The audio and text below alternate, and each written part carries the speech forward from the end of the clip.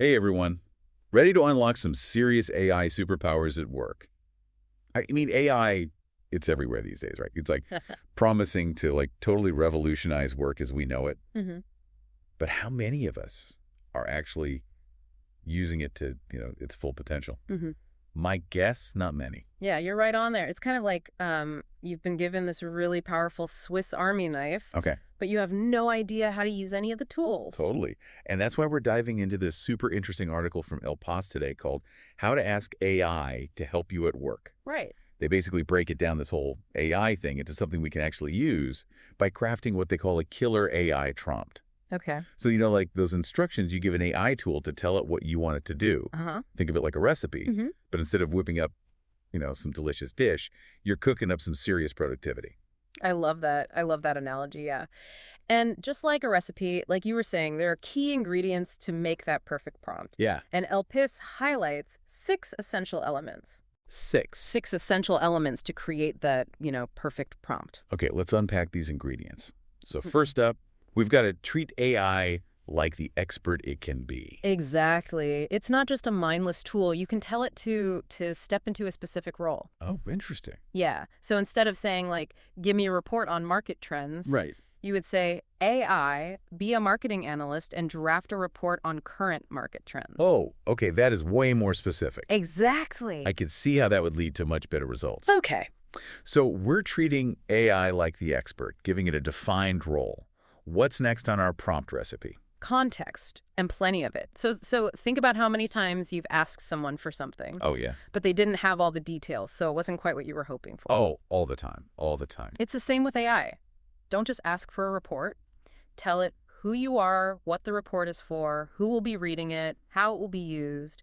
You're setting the stage for the AI to understand the full context. It's like giving the AI all the puzzle pieces so it can see the full picture. Precisely. And once it has the context, you need to be crystal clear about your goals. This is the third ingredient, clarity. Yeah. Are you looking for an email, a presentation, a simple bullet point outline? Be explicit. Right. This eliminates any ambiguity and ensures you're both on the same page. This is making me think about all the times I'm probably too vague with my AI requests. No more of that. Okay, so now that we've given the AI its role, the context, and a clear goal, what's next? Now it's time to set the tone. Ingredient number 4. Ooh. This is where AI's adaptability really shines. Okay. Whether you need something formal, informal, persuasive, even humorous, AI can mirror the tone you need to achieve the desired effect. Just tell it what you're going for. Okay, so we're basically like giving the AI some personality. Exactly. I love that. So far we have a pretty clear picture of how to set up our AI for success. But I can see how things could still get messy if we're not careful, especially if we're throwing a lot of information at it. You're right on the money. That's where element number 5 comes in, a structure. It's like giving your AI a roadmap. Okay. If you're asking for something, complex, like let's say a blog post, Right. you need to tell it what you want it to cover and in what order.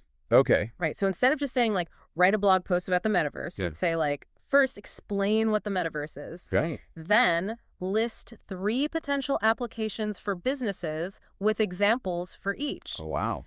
Finally, discuss the challenges of implementing metaverse technology. That makes total sense, yeah.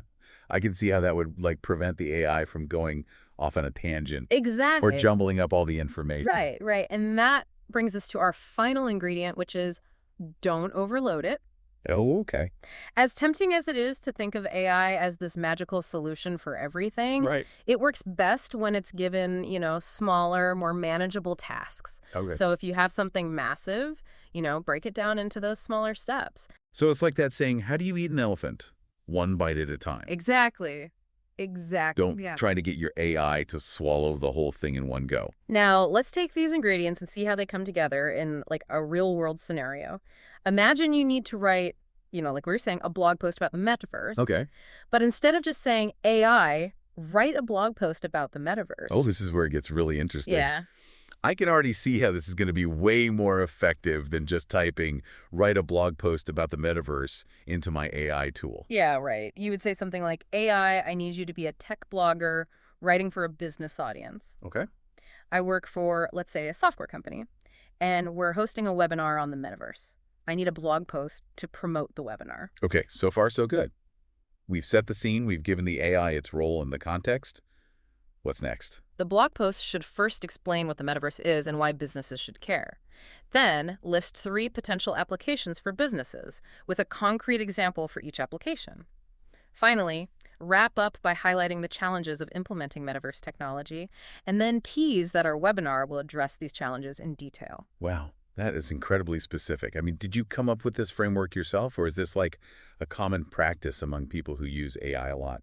I think there are definitely, frameworks and best practices emerging, but a lot of it comes down to understanding the principles we talked about today, treating the AI like an expert, providing that context, setting clear goals, that tone, structure, not overloading it like we talked about. Yeah. It really, it becomes intuitive after a while. That makes sense. It's like learning a new language, right? Right. The more you practice, the easier it becomes to put those pieces together. Yeah, for sure.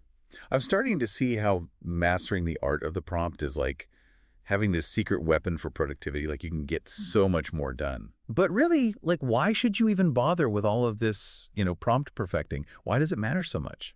I mean, it boils down to working smarter, not harder, right? Right. Think about it this way. You're training your AI assistant to understand exactly what you need. Okay.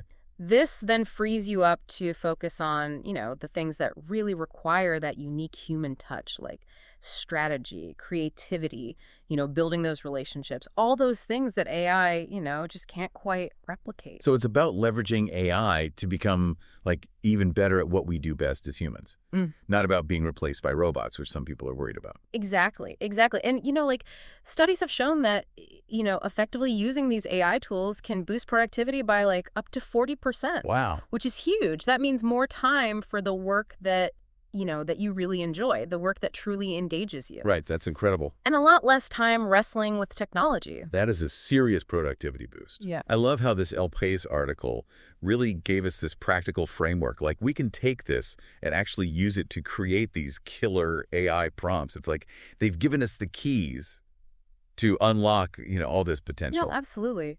Yeah, you can think of these 6 elements as your AI starter kit, right? Yeah.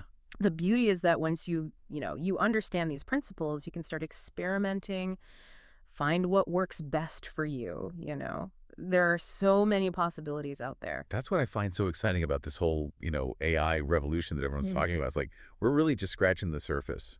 Who knows what's possible? I totally agree. And who knows, maybe, you'll come up with a completely new approach. Yeah. To crafting prompts that, that takes the AI world by storm. That would be amazing. Yeah. Until next time, keep exploring, keep experimenting, and we'll catch you all on the next deep dive.